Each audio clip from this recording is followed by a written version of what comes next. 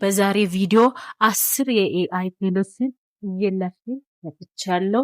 እንግዲህ እናንተ ከስራችን ጋር ይሄዳል ለኛ ይጠቅመናል ብላችሁ የምታስቡትን ለይታችሁ እንድትጠቀሙበት ቪዲዮውን እስከ መጨረሻ ድረስ ተከታተሉ፣ ትጠቀማላችሁ። ቪዲዮውን ከወደዳችሁ ላይክ፣ ሼር አድርጉ፣ ቻናሌን ሰብስክራይብ አድርጉልኝ። እንቀጥል። የመጀመሪያውና ትልቁ በአሁኑ ጊዜ በአለማችን ላይ ብዙ ሰዎች እየተጠቀሙበት ያለው ጀመናይ ነው። እንግዲህ ጀመናይ በጎግል የተሰራ ዘመናዊ የኤአይ ረዳት ሲሆን ለተማሪዎች ትምህርት ለማጥናት፣ ለዩቲዩብ ይዘት ፈጠራ፣ ለስራ ደብዳቤና ሲቪ ለማዘጋጀት እንዲሁም ቢዝነስ ሀሳብን ማመንጨት እና ፕሮግራሚንግ ለምሳሌ እንደነ ጃቫ፣ ኤችቲኤምኤል የምንለውን ለማግኘት እንዲሁም ቴክኒካዊ ስራዎችን የሚያግዝ የኤአይ ቱል ነው። እንግዲህ ከኛ የሚጠበቀው ትክክለኛውን ጥያቄ እና መልስ የምንፈልግበትን ጥያቄ እኛ እንጠይቃለን ጽፈን፣ እሱ ደግሞ ፈጣን የሆነና በሰከንዶች ምላሽ ይሰጠናል ማለት ነው። አፕሊኬሽኑን ለማግኘት ቀጥታ ወደ ጎግል ሄደን ጎግል ጀመናይ ብለን እንጽፋለን። በዚህ መንገድ እቺ ስታር ምልክት ያላት መጀመሪያ ላይ ትመጣልናለች። ከፈለግን ኦንላይን እዚህ ላይ ከፈለግን ኦንላይን መጠቀም እንችላለን። ከፈለግን ደግሞ በስልካችን ላይ አውርደን መጠቀም እንችላለን። ይሄኔ ስልኬ ላይ ስላወረድኩት እንደዚህ አምጥቶልናል። የምንፈልገውን ነገር እየጻፍን በዚህ መሰረት መጠቀም እንችላለን ማለት ነው። አሁን ቀጥታ ወደ ሁለተኛው እንሄዳለን። ሁለተኛውና በጣም ወሳኙ ደግሞ ቻት ጂፒቲ ነው። ቻት ጂፒቲ ምንድን ነው? እንግዲህ ቻት ጂፒቲ በአርቲፊሻል ኢንተለጀንስ የተገነባ የውይይት ረዳት ተብሎ ነው የሚታወቀው። እኛ የምንጠይቀው ጥያቄ ቻት ጂፒቲ በፍጥነት መልስ ይሰጠናል። ለዘመናይ እንደ ዘመናዊ ሁላ ትክክለኛውና ግልጽ የሆነ ጥያቄ መጠየቅ ነው። በጽሁፍ እንጠይቃለን፣ ከዛ በሰከንዶቹ ምላሽ ይሰጠናል ማለት ነው።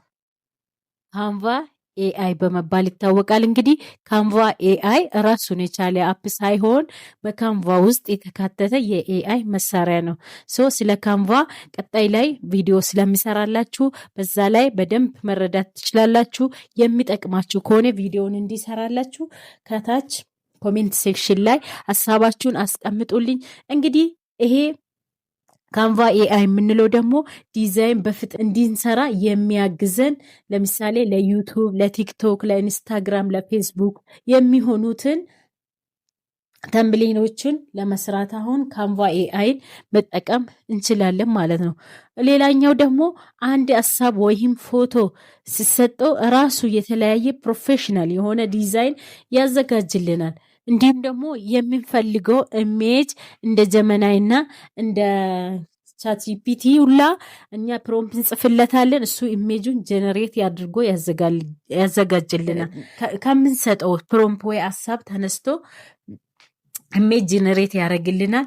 እንዲሁም ደግሞ ማጂክ ራይት የምንለው ዩቲዩብ ታይትል፣ ዲስክሪፕሽን፣ ኢሜይል፣ ሶሻል ሚዲያ ካፕሽን እና የተለያየ ሪፖርት ይጽፍልናል። ሌላኛው ደግሞ ማጂክ ኤዲት የምንለው የተለያየ ፎቶዎቹን በጣም ጽድት አድርጎ ኤዲት ያደርግልናል። ፎር ኤግዛምፕል ይልናል። ሌላው ደግሞ ማጂክ ኤራሰር የምንላለ ፎቶ ላይ የማይፈለጉ ነገሮችን ለምሳሌ እንደነ ቡግር ምናምን አይነቶቹን ያጠፋልናል። ጥቂት ቃላት ብቻ በመጻፍ ሙሉ ፕሬዘንቴሽን ያዘጋጅልናል። ለምን ይጠቅማል? ለዩቲዩብ ኮንቴንት ክሬተር፣ ለግራፊክ በተለይ ደግሞ ግራፊክ ዲዛይነሮች ይሄን ቱል ቢጠቀሙ በጣም አሪፍ ነው። ለተማሪዎች፣ ለመምህራን፣ ለፍሪላንሰሮች፣ ለነጋዴዎች እንዲሁም ደግሞ ለሶሻል ሚዲያ ማናጀሮች ይጠቅማል። ምክንያቱም በጣም ጊዜ ይቆጥባል። ዲዛይን ሲሰራልኝ ሙያዊ ይዘት ያዘጋጅልናል። ሙያዊ በሆነ ይዘት ያዘጋጅልናል። ለጀማሪዎች በቀላሉ ይጠቅማል።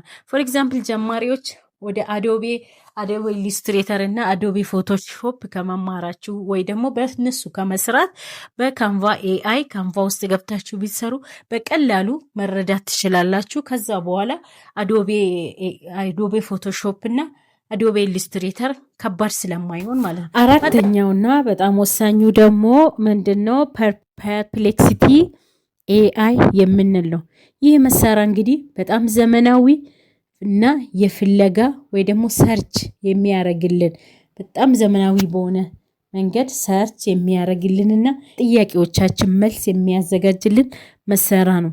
እንግዲህ እኛ የምንጠይቀው ጥያቄ እሱ ከብዙ መረጃ ምንጮችን መረጃ ሰብስቦ አጭር እና ግልጽ መልስ ይሰጠናል። ብዙ ጊዜ መረጃ የተወሰደባቸው ምንጮቹን በደንብ ያሳያል። ስለዚህ ይህ መሳሪያ ረዘም ያሉ መረጃዎችንም አጠቃሎ ይሰጠናል። በአጠቃላይ ፐርፕሌክሲቲ ኤአይ ፈጣን፣ ቀላልና ከምንጮች ጋር የሚመጣ የኤአይ ፍለጋ መሳሪያ ነው። በተለይ ደግሞ ተመራማሪዎች ሶርስ ፋይል ስለሚያስፈልጋቸው በጣም በጣም በጣም ጠቃሚ የሆነ የኤአይ ቱል ነው። እንዲሁም ደግሞ ለተማሪዎች እንዲሁም ለዩቱብ ይዘት ፈጠራ የሚሆን በጣም አሪፍ የኤአይ ቱልስ ነው። አፕሊኬሽኑ እንዲሁ ለማግኘት ቀጥታ ወደ ፕሌይ ስቶር ሄዳችሁ ፕሌይ ስቶር ላይ በመሄድ ፐርፕሌክሲቲ ብላችሁ እንደዚህ ትጽፋላችሁ። እንግዲህ እኔ መጀመሪያ አውርጄ ስለነበረ ነው ስልኬ ላይ። አሁን ኦፕን ብዬ ብገባ እንደዚህ ይከፍትልኛል ማለት ነው። አምስተኛ ላይ ደግሞ ይዤላችሁ የመጣሁት ካፕካት ነው።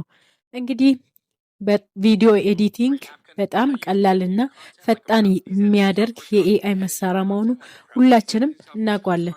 እንዲሁም ደግሞ በአሁኑ ጊዜ ሁሉም ሰው በሚባል ደረጃ ካፕካትን ለቪዲዮ ኤዲቲንግ እየተጠቀምበት ያለው በጣም ቀላልና በጣም ፈጣን የሆነ የኤአይ መሳሪያ ነው።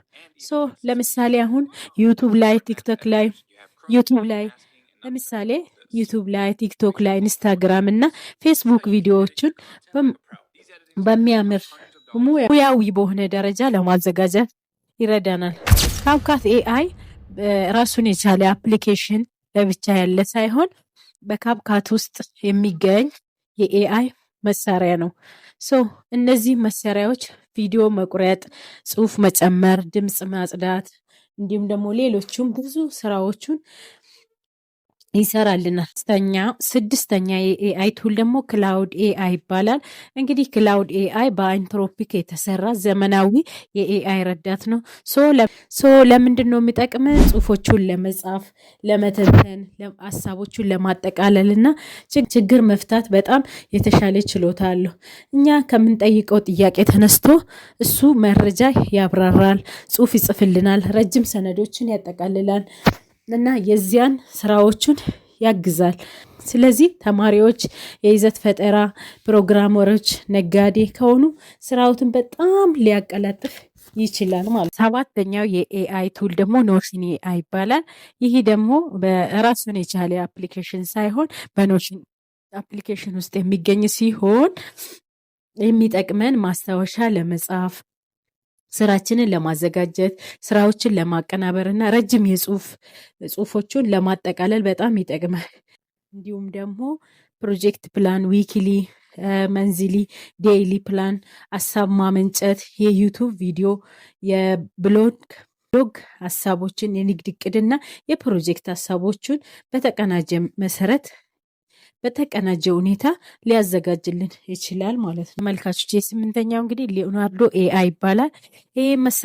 ይሄም የኤአይ መሳሪያ በኤአይ የሚሰራ ምስል እና የፈጠራ ዲዛይን ሲሆን በጽሁፍ ወይ ደግሞ ፕሮምፕ ብቻ ከፍተኛ ጥራት ያላቸውን ምስሎችን ያመነጫል።